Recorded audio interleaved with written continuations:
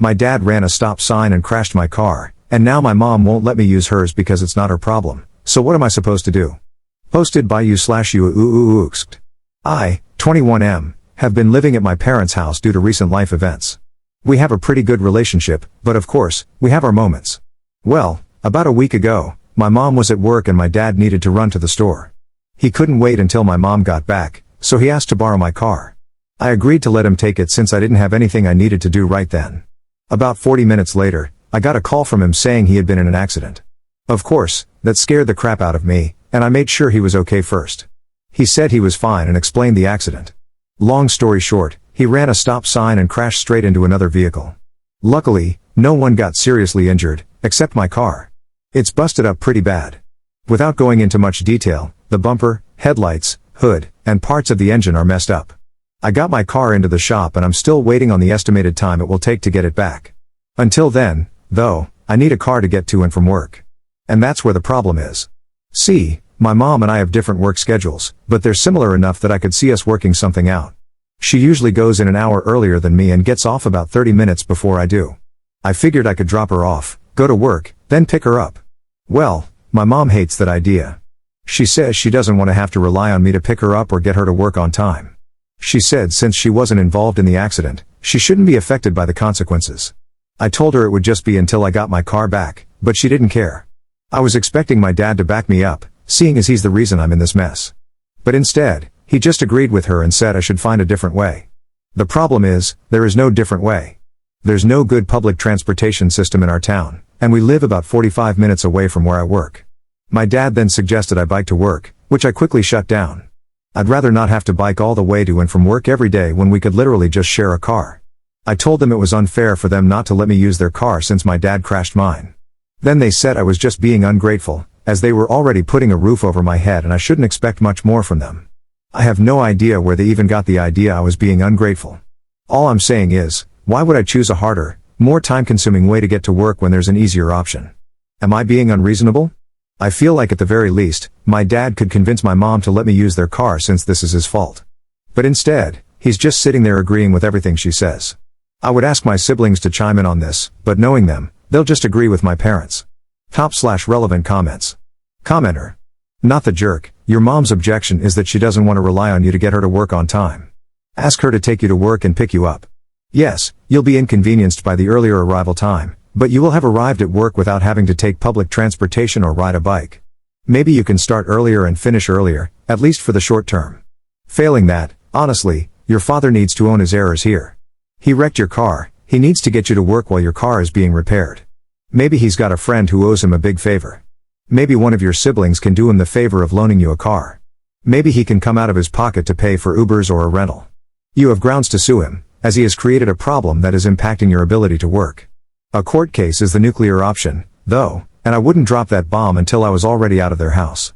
Op's response. I brought up the idea of her dropping me off and picking me up. She says it will mess up her schedule and that she doesn't want to wake up any earlier than she has to. I feel like she's just unwilling to even try to share the car. Commenter 2. This is a tough one.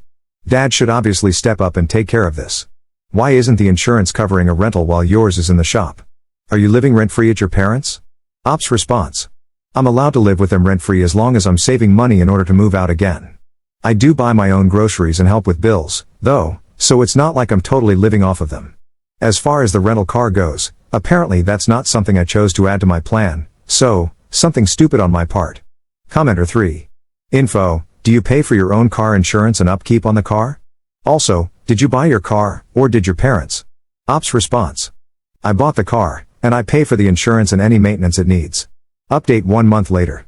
For a little backstory, I, 21M, had been living with my parents due to some recent life events. About a month ago, I made a post here talking about how my dad crashed my car and my mom refused to let me use theirs for my commute to work. Long story short, my parents ended up paying for the expenses to have my car fixed. We also ended up sharing a car until I got mine back. After that, I thought it was done and over. My mom made a comment about it here and there, but it didn't seem to seriously bother her, until about a week and a half ago. She demanded that I pay them back all the money for my car expenses. She said it wasn't fair that she lost money due to an accident she didn't cause. And I think that's fair, but I reminded her that I didn't cause it either. Dad caused the accident, and I told her I'm sorry that it ended up affecting her as well. But that didn't change the fact that my car had to be fixed and it was Dad's responsibility. She got really mad at that and started on a rant about how it was unfair and I was using them for money. And what was my dad's response to all this? He just agreed with her. I ended up just telling her what I'd already said because there was honestly nothing else to say. She's been very upset with me since then. But she never mentioned any possibility of kicking me out.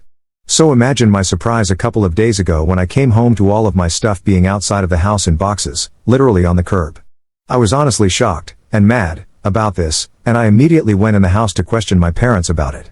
My mom said that she was tired of letting someone so ungrateful live in her house. My dad just repeated what my mom said, but in a kinder way because I guess he thought she was being harsh. I couldn't believe it. I asked her to explain how I was being ungrateful, and she responded by basically saying, "We raised you." We went back and forth for a bit, and we were both pretty mad at each other. Then my mom told me to leave the house or else she would call the police on me. I have no idea if anything actually would have come of that situation.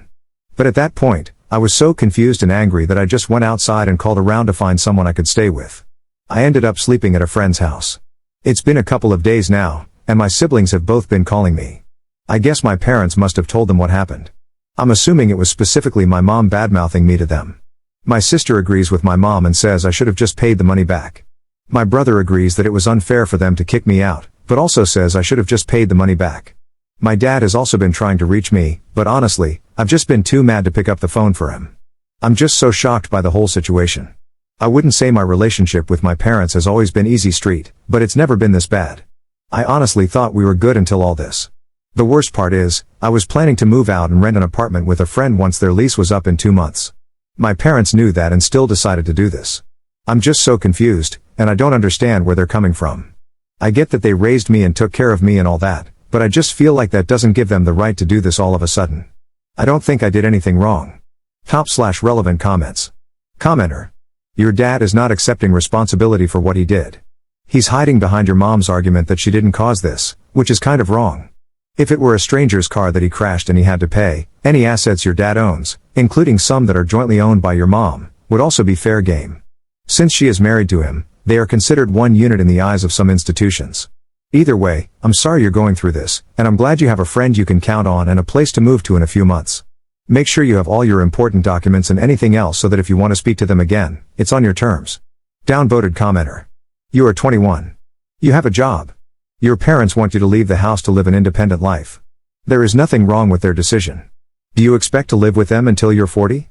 In some cultures, kids live with their parents until they die. But it has to be mutually agreed upon. If one side does not want to continue, then it's time to move. Ops response. My problem isn't that they want me to move out, I'm fine with that. My problem is that they did it without notice and literally sat my stuff outside. If this is just them wanting me to leave, I wish they would have just said that. Commenter 3. You're not responsible for the accident, so there's no way you're responsible for the money. It's fine if they want you out, but that's not the way to do it. Do your best, find a place, live your life. When they come crawling back, tell them to screw off. Warn your siblings, they'll probably do the same to them. Ops response. I probably should have said this in the post, but my siblings are older than me. My sister's in her late 20s, and my brother's in his early 30s. They're already well off and out of the house. I honestly think that's another point of tension with my mom because, right now, in her own words, I'm the only one of her kids that is failing at life. Second update 2 days later. Some things have happened since my last post. I calmed down a bit and decided to finally answer one of my dad's calls. He started talking about how afraid he was that I was never going to talk to them again. Then he said that things weren't supposed to go that way the other day and apologized for mom putting my stuff outside. Apparently, the plan was to talk to me about it first, but he said mom got caught up in her emotions. When I asked why he didn't step in, he said it was because he didn't want to upset her anymore. I didn't really want to accept that excuse, but I took it so we could move forward. That was until I got another call from my brother. Mom's been absolutely trash-talking me to him and my sister. Apparently, she kept comparing me to them and how good they're doing. Mind you, they're both older than me by several years. Then she went on a rant about how much harder it's been to raise me compared to them. At one point, he says she even insinuated that I was a mistake, though he says to take that with a grain of salt, as she didn't outright say it. My brother was uncomfortable listening to her talk about me so harshly, and he decided to call and tell me. I'm feeling a mix of emotions about all this right now. Part of me is still mad about the whole suddenly kicking me out thing. But I'm mostly just sad about it all. Knowing that my mom is saying all this stuff behind my back only makes me think she really means it. And whether she outright said it or not, hearing that she thinks I'm a mistake honestly crushed my soul. I don't understand why still, but I guess she has her reasons. I don't really want to talk to her again, but I do really want to know the truth of why she feels this way about me. I'm not sure about Dad yet. I'm not the type to cut people off, and having to do it to one person is already too much for me. I'm still staying with my friend as of now until I figure out what I'm doing. I guess I'll see how it goes from here. Top/relevant comments. Commenter.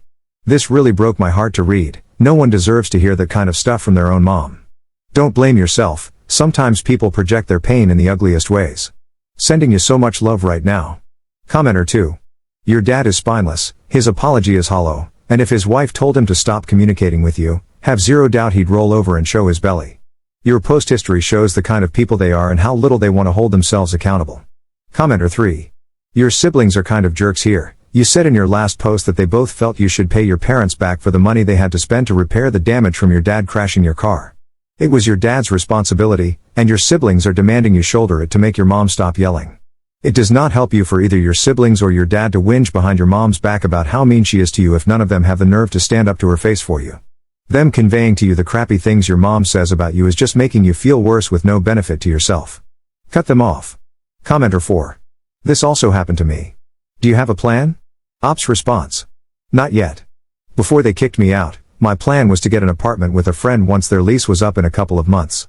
But I'm not sure how that will go since I now need a new place to stay for the time being. My friend said I can stay at his place as long as I need, but I don't really want to intrude on his space for too long. Commenter 5. You need to lean on those you can, just show your eternal gratitude. Stay out of their way, clean up any mess you can, and if you have anything, offer to pay what you can. Commenter 6. Yep, sounds like this friend is ready to become found family, and that's wonderful.